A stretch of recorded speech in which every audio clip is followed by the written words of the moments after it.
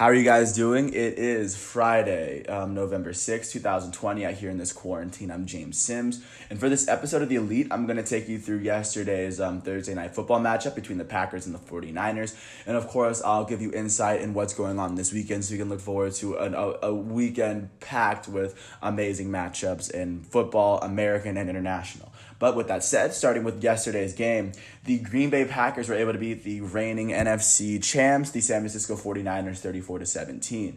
And in this game, the Packers would basically dominate this entire game. They'll go down to the end, and the San Francisco scored 17 points. It came in the fourth quarter, kind of in garbage time. But the Packers most definitely dominated this game, and they looked like a force to be reckoned with in the NFC. And it might not be as easy for the Seahawks as I thought it would be. But looking into how both teams fare, starting off with the 49ers, Nick Mullins, their quarterback, would complete 25 of his 35 passes, throwing for 291 yards, a touchdown, and a pick. On the ground, Jerick McKinnon would be their leading rusher. He had 52 yards on 12 carries, adding a touchdown. Through the air, Richie James would be their leading receiver. He had 184 yards on 9 receptions and a touchdown. He'd have a very big game, making Nick Mullins look like, of course, they both made each other look incredibly amazing. Great game between the two. As even without him, Nick Mullins still only had, 107 yards of passing to the other receivers. So Richie James most definitely had, if not the game of his career till now, one of the best games of his career up until now. On the defensive side of the ball, Fred Warner would lead the team with 13 tackles on the day, 1.5 of them being for loss. And jumping to the Packers, their goated quarterback Aaron Rodgers would complete 25 of his 31 passes for 305 yards, 4 touchdowns, no picks, of course, because he's Aaron Rodgers. On the ground, Aaron Jones would have 58 yards on 15 carries. And through the air, of course, Aaron Jones would have 21 yards. That would give him a total of about 79 total yards on the day. And through the air, Devontae Adams would be the leading receiver for the Packers. He had 173 yards on 10 receptions, and a touchdown. And also Marquez Valdes-Scantling only had 2 receptions for 53 yards, but both of his receptions end up going for touchdown. So, of course, big game, of course, for him. On the defensive side of the ball, Zadarius Smith would pick up a fumble, as he also had 2 total tackles, one of them being a sack. Oren Burks would lead the Packers in tackles. He had 6 of them on the day. Both teams would log only 1 sack on the day, as both offensive lines held up.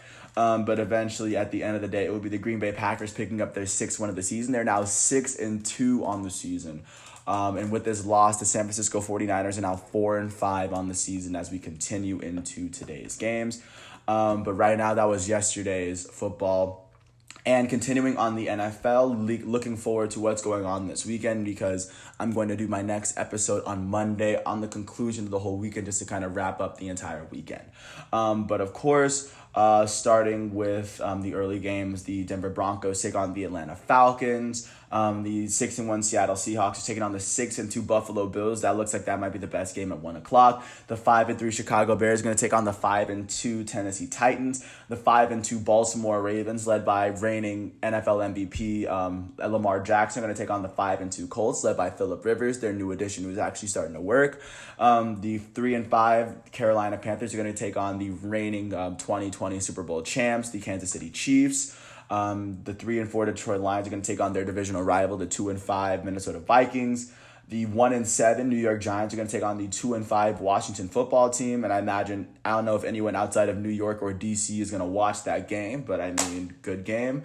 The 1-6 Houston Texans are going to take on the 1-6 Jacksonville Jaguars. That looks like a potential game where Deshaun Watson can pull out a win for the Houston Texans.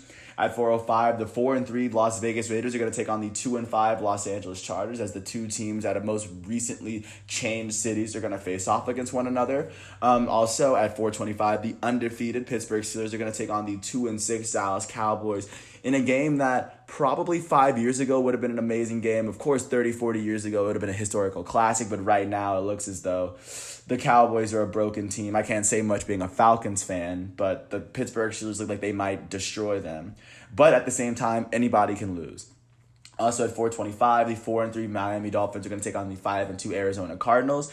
And on Sunday night, the 5-2 New Orleans Saints, led by their go-to quarterback Drew Brees, are going to take on their division rivals, the 6-2 Tampa Bay Buccaneers, led by their goated quarterback Tom Brady, and that's going to be a very big game. That's going to be on NBC. And of course, I'll get to Monday night's football game on Monday, but that'll be between the 2-5 New England Patriots, led by Cam Newton, and the 0-8 New York Jets, who still have yet to win a game this year. The Bengals, the Browns, the Rams, and the Eagles have a bye for this week. That's what the NFL is looking like. But moving to college football, showing you what's going on this Saturday. The big matchups that are going to go down, of course, they'll go down by the rankings, starting from the very top with the early games in the Big Ten. 23rd ranked Michigan is going to take on 13th ranked Indiana on FS1. 18th ranked SMU is going to take on Temple. 20th ranked USC is going to face off against Arizona State, as the first week of Pac-12 matchups is this weekend. West Virginia is going to take on 22nd ranked Texas, who ended up upsetting, I want to say, either Oklahoma or Oklahoma State. But of course, Texas they've been a very surprising team in college football. 25th ranked Liberty is going to take on Virginia Tech at 12 o'clock. Moving on to the 12:30 game, 16th ranked Marshall is going to take on UMass, who has not won a game yet. Marshall is 5-0. At 3:30, it'll be a big SEC East matchup, as the 8th ranked Florida Gators are going to take on the 5th ranked Georgia Bulldogs. Florida is 3-1 and Georgia is 4-1. Also at 3:30, 6th ranked Cincinnati is going to take on 2-2 Houston on ABC. 3:30, 19th ranked Oklahoma is going to take on Kansas, who's 0-6, hasn't won a game. That game's going to be on ESPN. 4 o'clock, 14th ranked Oklahoma State is going to take on unranked Kansas State. At 7 o'clock, 7th ranked Texas A&M is going to take on 2-3 South Carolina. 17th ranked Iowa State is going to take on 1-3 Baylor. It'll be a big matchup on NBC, as top ranked Clemson, who is 7-0, they're going to take on 4th ranked Notre Dame, who are 6-0. That might be the biggest college football game of the night, happening at 7:30 on NBC, like I just said. 3rd ranked Ohio State is going to take on 1-1 Rutgers on Big Ten Network at the same time. 12th ranked Oregon is going to take on unranked Stanford on ABC, of course, as both teams get their first matchup. 15th ranked Coastal Carolina is going to take on South Alabama. Coastal Carolina is still undefeated. They're 6-0, 4-0 in the Sun Belt so far. And right now, that is what college football is looking like. And additionally, on Friday, tonight, 11th ranked Miami is going to take on NC State, and 9th ranked BYU is going to take on 21st ranked Boise State. That's going to be a big matchup. That's going to be before the Saturday game. So that's what college football is looking like, in addition to the NFL. And jumping last but not least into soccer. And following Champions League matchups on Tuesday and Wednesday, the big matchups for soccer this weekend will start, of course, on Saturday.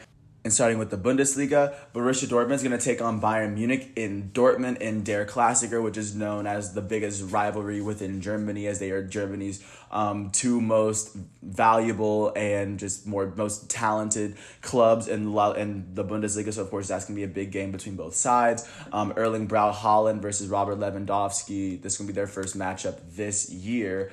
So, of course, that's a highly anticipated matchup, as many in the Bundesliga are going to see Borussia Dortmund and Bayern Munich clash heads, because they are two of the top teams in the Bundesliga, so they face off. Both teams have 5 wins and 1 loss in the season, so they both are literally tied in the Bundesliga table. The winner today will decide who following this week will retain who will keep the top spot in the Bundesliga.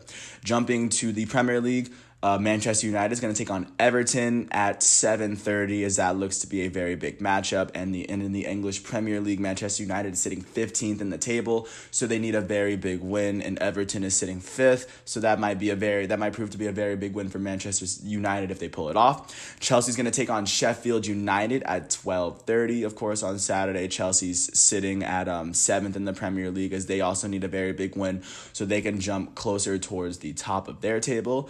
Jumping to La Liga, FC Barcelona is going to take on Real Betis at 10 a.m. Saturday morning. That's going to be a big match between those two, as FC Barcelona currently sits 12th right now in La Liga, as they have 2 wins, 2 draws, and 2 losses, which is they have 8 points, which is 9 points from the top. So, of course, they need to start winning right now if they're really going to try to inflict damage on La Liga like they have. And, of course, they will, and it'll come. But right now, their position is not favorable right now. Also at 3 o'clock, Atletico Madrid, led by Luis Suarez and João Felix, are going to take on Cadets at 3 o'clock. Right now, Atletico Madrid is sitting fourth in La Liga with 4 wins and 2 draws in their table, as they have played 2 less games than Real Sociedad, but they are three total points out from the top of the table. So they look as though they measure out pretty well if they played the same amount of games. Jumping out to Ligue 1, PSG is going to take on Stade Rennes at 3 o'clock, as that also looks to be a very big matchup, as PSG sits at the top of their table by 2 points. If they want to keep their spot at the top, of course, a win would be very big. So that's Saturday. Jumping to Sunday's matchups, last but not least. Jumping to the Premier League, Tottenham Hotspur are going to take on West Brom at 7 a.m. And right now, currently looking into the Premier League, looking at Tottenham.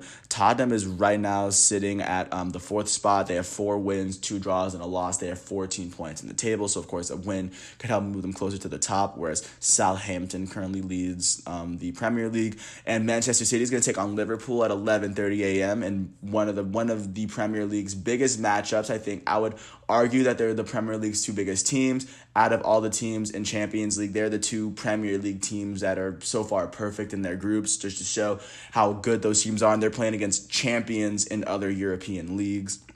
So that's what that's looking like. So that's going to be a big matchup at 11:30. And also Arsenal is going to take on Aston Villa at 2:15. Right now, Arsenal sitting 9th. And looking at the 2 teams I just mentioned, Liverpool is 2nd in the Premier League with 5 wins, a draw, and a loss with 16 points, tied with Southampton at the top of the table with 1 last game played. And then looking at where Manchester City is, they're sitting at 10th in the table with 11 total points, 5 points from the top, but with 2 less games played, with 4 wins and 2 draws. And of course, as of right now, it is early in the season, so the tables are going to be jumbled. So that's why you see a lot of the top teams sitting in the middle. But that's what the Premier League is looking like as of right now, and that's going to be a lot of great soccer. But continuing on that, jumping on to Italian Serie A, 2 of Italy's best teams will face off as Juventus takes on Lazio at 6:30. I might actually wake up for that one. Lazio, one of the teams that look as though they might qualify for Champions League. They're sitting at 10th in Serie A with 3 wins, a draw, and 2 losses.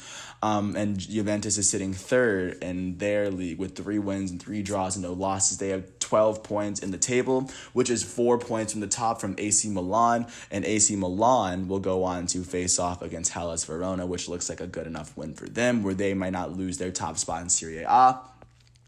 But that is the football from this weekend, whether it be from college football, pro football, or for international football, soccer, the sport that's referred to as football everywhere except for America.